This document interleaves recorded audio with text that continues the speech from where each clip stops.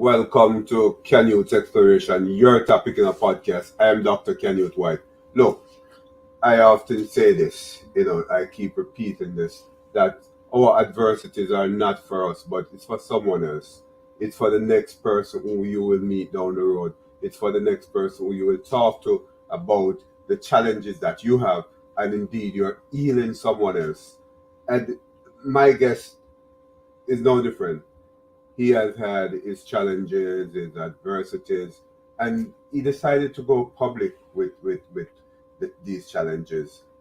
Uh, Basically, for to help someone else, right? That's what he wants to do, and I'm sure that after listening to my guest, you'll be able to understand that your challenge is really for someone else, right? And you will be healed if you have gone through something similar to what my guest has experienced.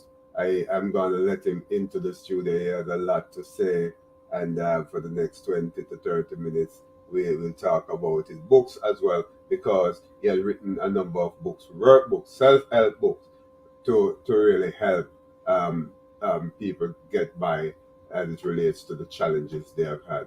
I am Dr. Canute White, and this is Canute Exploration. And Charles Smith is my guest. Let him into the studio. Charles, how are you Hello, doing? hello, Dr. White. I'm doing pretty good. How are you? I'm good. All right. Look, we want to know who is Charles Smith. Let's start there. Charles Smith is an author. He's a father. He's a survivor. Yeah, He's someone that's faced many adversities and overcome, yeah, yeah. including a lifetime of PTSD, CPTSD, actually, Right. complex or compounded PTSD. Yeah. And and Um, And Go Charles, ahead. we're gonna be talking about some of these things because they're important. They're basically the hallmark of what we'll be looking at in this episode, so that we can help others. But Charles, your childhood.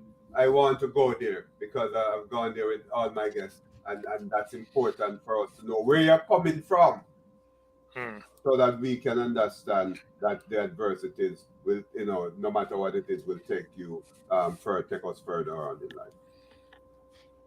Very, very. So my childhood, I was. That's going to take longer than 20 minutes. Summarize, Charles. Um, my my childhood. My mother passed away when I was 6. Um, then my father passed away when I was 11. In between there, my father brought us to multiple parts of Western United States, Okay. and that can be all read about in my book 10 Homes in 11 Years. Mhm. That's based on that whole first 11 years of my life. Yeah. Um, After that, I came back to Massachusetts, where I am now, and I was in such shock Mhm. from the past 11 years that I didn't talk for 6 months. I was a mute. Mhm. I I had psychiatric help Yeah. when I was a kid, and I struggled all through high school, all through Mhm. with all areas of life, not knowing what was going on with me Yeah. until after the military and after um, just jumping way ahead. But in my 30s, when I was a homeless veteran, I was lucky enough to run into the VA system, Yeah. and that in there, I found out that I was I had PTSD, Mm-hmm. and that diagnosis just opened up a whole world to me because Yeah. once you're able to find out what you're diagnosed with, Mm-hmm. that just opens up your whole life. It Yeah. opens up all possibilities of healing. Yeah. Yeah. You know, I saw something on your website. I've been looking at some of your writings and so on. You said I started out with everything I wanted in life. My father owned multiple nursing homes in Worcester area, which should be my legacy. Talk to us about that. That was the very beginning of my life. I don't know what happened with that, but yeah, he owned like 3 or 4 nursing homes in this area. Mhm. He owned multiple um, pieces of land without anything developed on it. No, no, Uh, I that should have been my sister's legacy, no. but something happened there that was taken to his grave. We have no idea.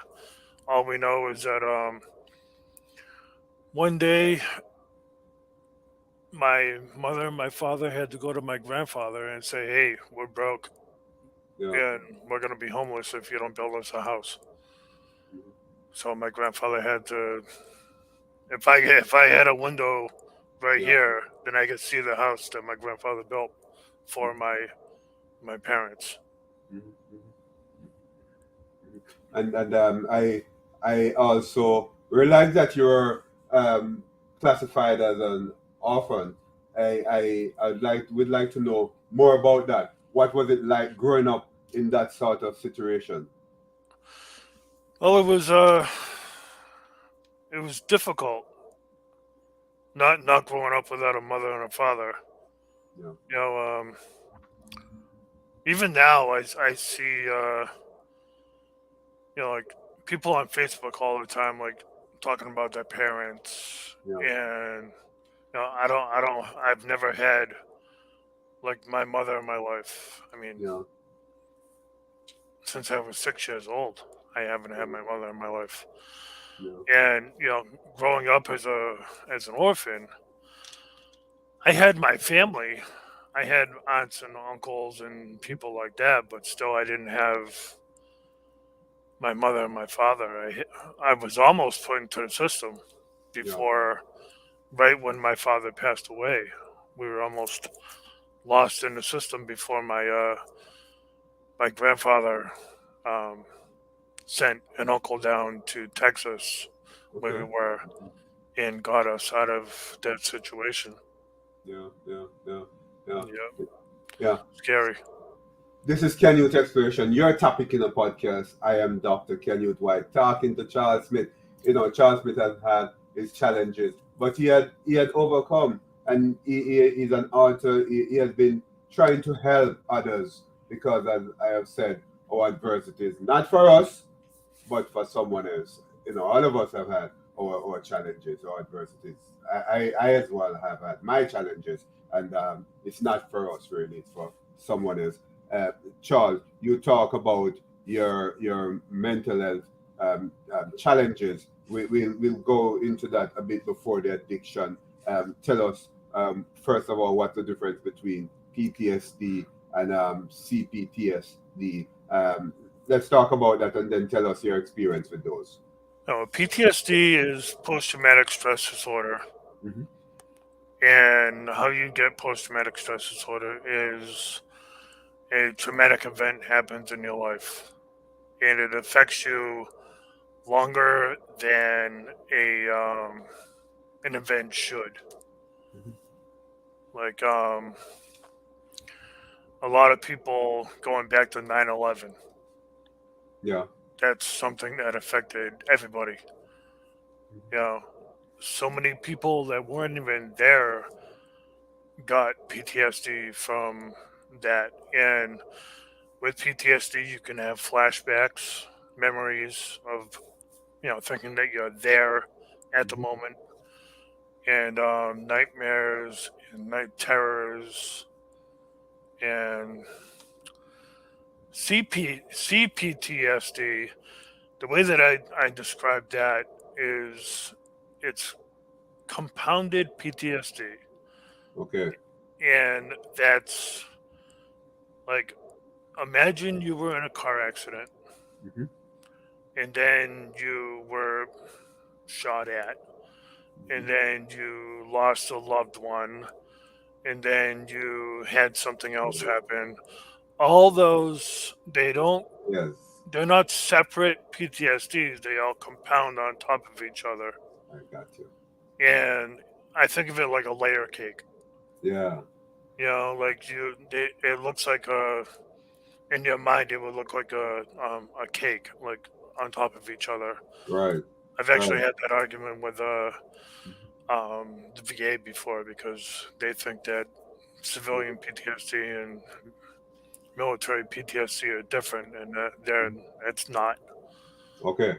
Yeah, yeah. It's not different. No, it's all the same, really. I mean, PTSD is PTSD.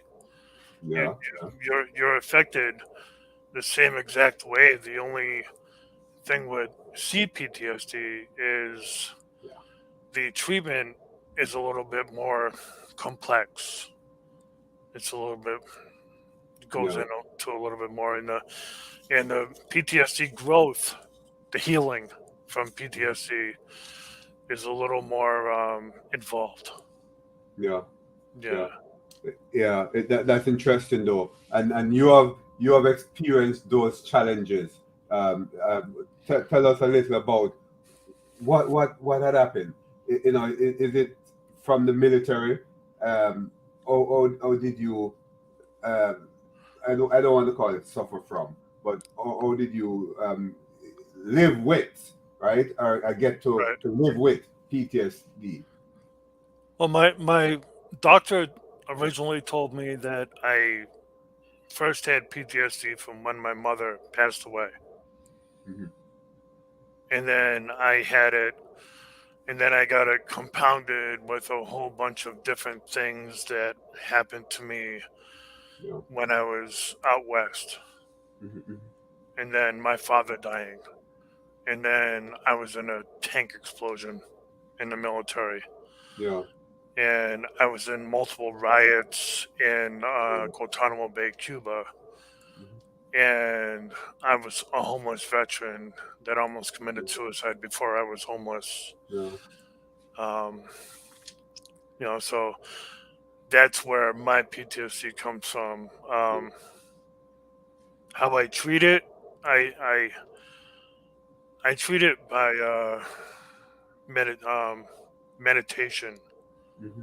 I try not to do medication because Okay. Yeah. I've tried that before, and not that I'm downing medication at all, because I'm not. Some people need to be on medication, Yeah. and that's fine. But Hmm. I say meditation and like wellness, which I talk about in all my books, Yeah. and yoga, and I do martial arts. I go Okay. for Cool. walks, stuff like that. Hmm. A Hmm. lot of like mind control stuff, Yeah. focusing stuff like that. Yeah, interesting. And we're going to talk more about your books later. But Okay. tell me this, Charles. The addiction and this whole episode of detox and so on. Talk to me about your experience with drugs. Tell us about the type. I know you overcome. Well, and when I was 14, 15, I started smoking cigarettes, drinking, smoking pot, like all the other normal kids did. Yeah. But then I got into crack cocaine, and then my aunt that I live with told me, get out, get a job, but don't come back, Yeah. because I was really screwing my life up, Yeah. and I needed that tough love at the time. I think I really did. Yeah. And she she told me that, I went out. I was like, what am I gonna do? What am I gonna do for work? Hmm. I was like 20 years old, Yeah. and my father was in the army. Hmm. His father was in the army. Okay. Cool. I don't know about his father, like down the line, but Yeah. I decided to go into the army. Yeah. And so Army Infantry Basic Training and AIT was my detox Hmm.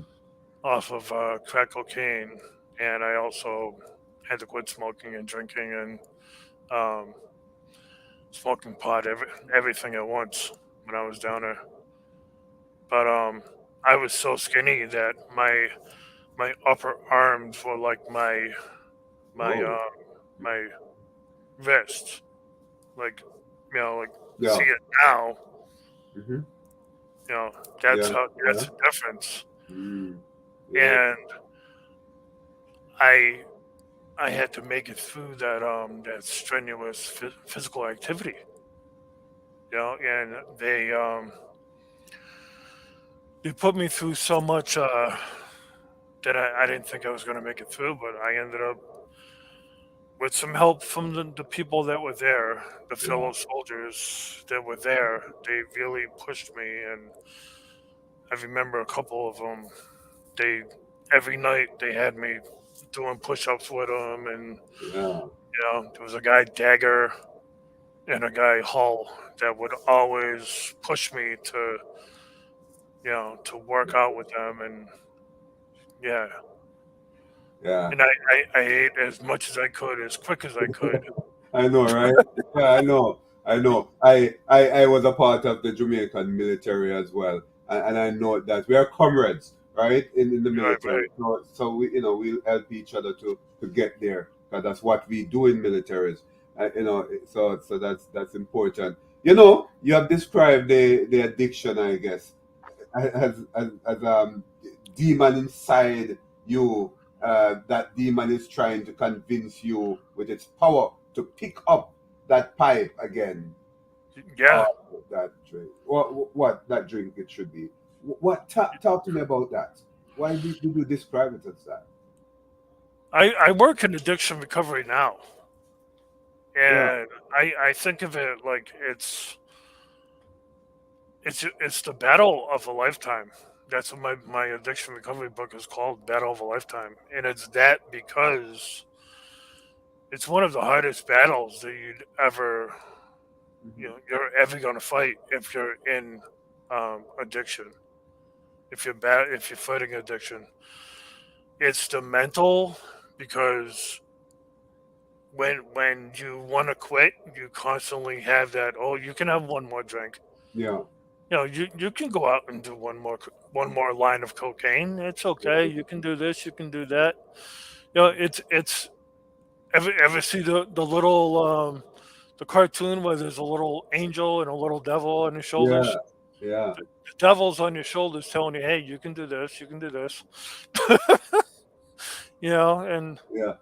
I work in addiction recovery now. I work for a place Yeah. called Aware Recovery Care, and we have the clients for a whole year, which I'm thankful for because now I really feel like I can work a good amount with the clients. Yeah. Yeah. You Yeah. know, because I've worked in detox and stuff like that, and we really didn't have time. Like one week. Oh, okay, I'll see you in a month when you fall off the wagon and come back, because that Yeah. that to me it doesn't work. Yeah. But yeah, the demons just.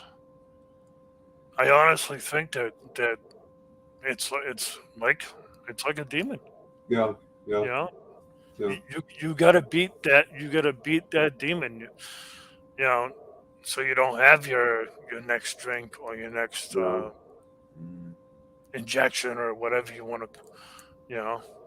Yeah, and you have to have that sort of support system, Charles, right? What your support system was like outside of the military? Because we had we have said already, the military is sort of a support system within itself. But outside of the military, Outside of the military, I had a couple of close friends, but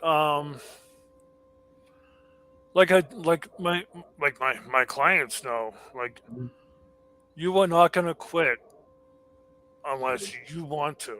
yeah. Like I look at when I quit smoking cigarettes 8 7 8 years ago. My son, some of his first words out of his mouth was, "Dad, quit smoking." And I didn't quit until I wanted to. Yeah, yeah, yeah, And it's the same as um, drinking or anything else. You're not going to really quit until you want it. yeah, yeah, yeah, Unfortunately, that's yeah. the But nature of but the beast. but you know, Charles, I like what you have said. But what would make you want to? What would be that driving force? Are there external driving forces or internal? You want to be able to better your life for yourself, to have a better life for you, or to have a better life for your kids, or to have a better life for the people around you, or health reasons. There's a number of different reasons. Yeah, The top are probably health reasons and your family. yeah, yeah. You know, there's a thing in psychology, criminology, that we call age crime curve. And what it does, I suspect you might know about it, but what it does, it indicates that at a certain age, the criminals tend to cool out, yeah, at that cool out spot. Because, yeah, they're having families now and they're looking at life differently, right? So the peak is really at 15, 16. You know, we have persons committing crime, and then Mhm. it goes down. So, sort of a curve. But in terms of distribution. But my thing is that it may be able to be applied to addiction. And you have said something which causes me to bring up this, because what you're saying is that, hey, this thing about family, wanting the best for your family and so on, would perhaps stop you from taking the drugs and so on. So it comes down, the commitment comes down to drugs come down. Hmm. A lot of my clients personally are between the ages of, I would say, like 35 Yeah. and 60. Okay. Okay. Yeah, yep. But I have heard of what you've said before. Yeah, because Right. like committing crimes like burglary and stuff Right. like that. Yeah, definitely, definitely. Yeah, Yeah. I have a criminal justice degree myself. Okay. Cool. Right. So you understand what Yeah, I'm saying. So yep, yep. Yeah, yeah. definitely. So they're saying, at 20 to 30, it start to drop. People start to think about life. But Yeah, yep. yeah, it's important that you continue to work with persons who are addicted to drugs and so on. And there's something I want to talk to you about, in finishing eventually, about this missing persons recovery thing. And it tells me, oh, you're committed to helping people to survive, and that is critical. But you have talked about your books, in passing, but we want to get into your books some more, and you talk about the implications of your book. That my books are designed to make you really think about your wellness. That's strong stuff. No, Talk. yeah, because I believe in healing from within. Not just covering up your wounds. Because if I always go back to the soldier with the prosthetic limb. Yeah. You're not gonna want to, if you get a prosthetic limb, you're not just gonna want it and go on your way. You're gonna want it, and you're Mm, gonna want to know that you're gonna have a good life afterwards. That you can still function as a human being. Yeah. It's the same with addiction recovery. It's the same with PTSD, or being afraid to even go out of your own home. Mhm, mhm. That's where my self protection book comes in. Yeah. Like, Yeah. Yeah. yeah, the first one over there, self Oh, the protection one here, book, right? Okay, yeah, right. I saw that. Yeah. practical awareness one. Yep, yep. And I'm So, I'm gonna be making a I'm gonna mhm. be changing all those covers. Okay. Yeah, so that's gonna be You're gonna interesting. do some editing, but you know, Next year. right? Positive thinking workbook. Tell Yeah, me about that a little. the positive thinking workbook. It started out as a program, and I ran that as a 6-part program, Hmm. teaching people about you know like my life, Yeah. and the obstacles that I've overcome, and then how you transform your brain, your way of thinking, Yeah. through like affirmations and CBT, cognitive behavioral thinking therapy, and just that sort of thing. Yeah. Yeah. Yep, yep. You know this one. Let's look at two more here. Perspectives on finding success. That one is what was one of my favorite ones to write. Um, I I when I wrote that, I thought about like Robin Williams and a bunch of the other people that passed away when they passed away of suicide, Yeah. depression, and they were rich. So what was missing? Yeah. Mm. Mm. People think that the almighty dollar is what makes you happy. Yeah. It doesn't. It's not. Mhm. It's finding success through changing your life for the better, and growing as a human being. Right. That's what that book is all about. Great. Great. And yeah, I'm really excited about the cover Yeah. you know Yeah. the new one that I have for that. Yeah. It's gonna be exciting. Yeah. And I want people to, those of you listening on your favorite podcast platform cannot see it, but at the end of it, at the end of this episode, we'll tell you where you can find the website and so on. But let's look at this one: trauma, trauma recovery, coping skills. Yeah, that's a workbook. Talk to me about that one. Yep, that one is about PTSD. Hmm. And the thing about that one is I ran that as a program in multiple different places in the Worcester area, Hmm. and I took a survey afterwards of Hmm. uh, from different people that took the program, and the knowledge that they gained afterwards. Like, I took the survey before and after. The knowledge that they gained afterwards was phenomenal. Hmm. Like the retention of it was phenomenal. Hmm. Hmm. So I just really, I loved the feedback from that one, and I think if it can change, if it can help anybody, if it can Yeah. help them, it can help anybody. Is this your life story and the stereotype? Addiction can happen. Is this a sort of autobiography? Talk to me about this. That is, that's just talking about my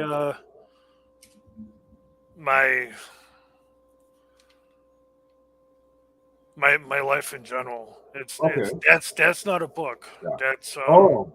no, that one's not a book. But Okay. that is going to be coming. the rest of my story is going to be coming in a book.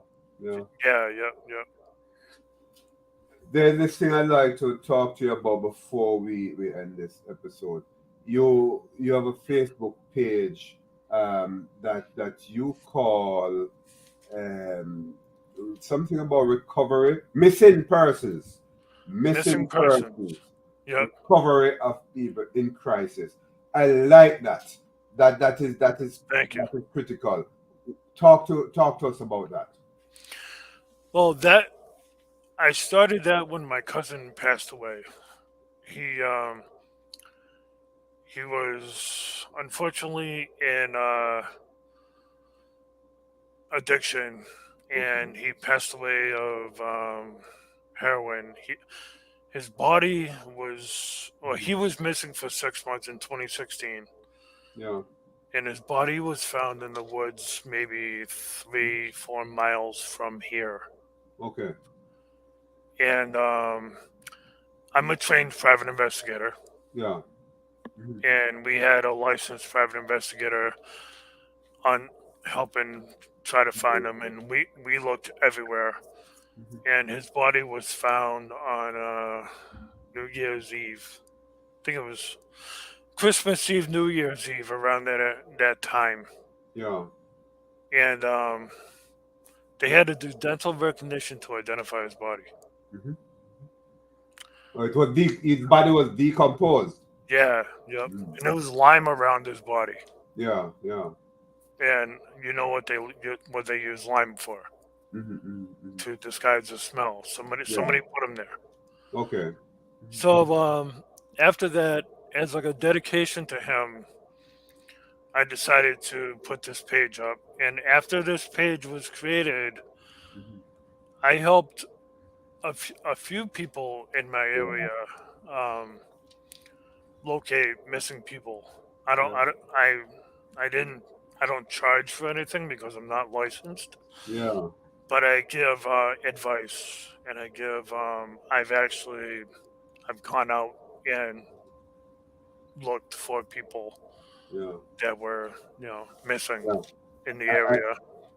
I love that, Charles. Well, I saw something on your website again. I'd like to link this to your missing persons recovery page. You Hmm. know, strength does not come from physical capacity. It comes from an indomitable will. Why did you place that quote somewhat on your website? How do you link that to what you're doing? Because you're doing a good job. What's going on there? I link that to what I'm doing because will is, I mean, how do I explain it? Will is like the most important thing if you're gonna get anything done. Like we can have all the strength in the world. We can be working out all the time and have strength, but if we don't have inspiration, empowerment, and transformation in ourselves, then we're not going to have it. We're not going to get to where we want to be. Hmm. We need to have the will, like God gave us free will Yeah, yeah, to do what we want to do, if it's good or bad. yeah, yeah, But God gave us free will, yeah, and what we do with that means everything. yeah.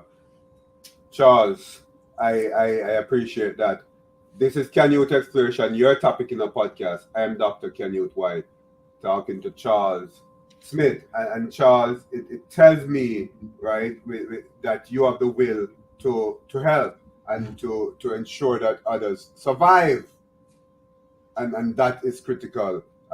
It's not about your physical strength. It's not about my physical strength, and none of us physical strength, but the will, because you have persons who are weak in physique that have the will to help and helping, right? And that is critical. Tell us about your contact, where we can find you, where the listeners, the viewers can find you, and your books. Well, Everything can be found on lifelongexperience.net. There I have my books. I have my contact information. I have all the different social media that I'm on. Everything. Okay. Yep. Okay. Hey, Charles, thanks for coming and sharing with the audience your experience, your lifelong experience, as you say, and it's well said. And we would wish you all the best. I wish you all the best as you You're continue welcome. to work for others. All right, thank you very much, Charles, for You're coming in. welcome, Dr. Wade. Thank you. You're welcome. So that was Charles Smith. You heard him. You saw what he's doing because it's evident in his books, in his writings. And I'm encouraging you to go to his website, www.lifelongexperience.net, and try to source the books, communicate with Charles, and see how best you can help is in what he's doing, right? Hey, thanks for watching Canute Exploration, your topic in the podcast. We'll talk next time. Goodbye.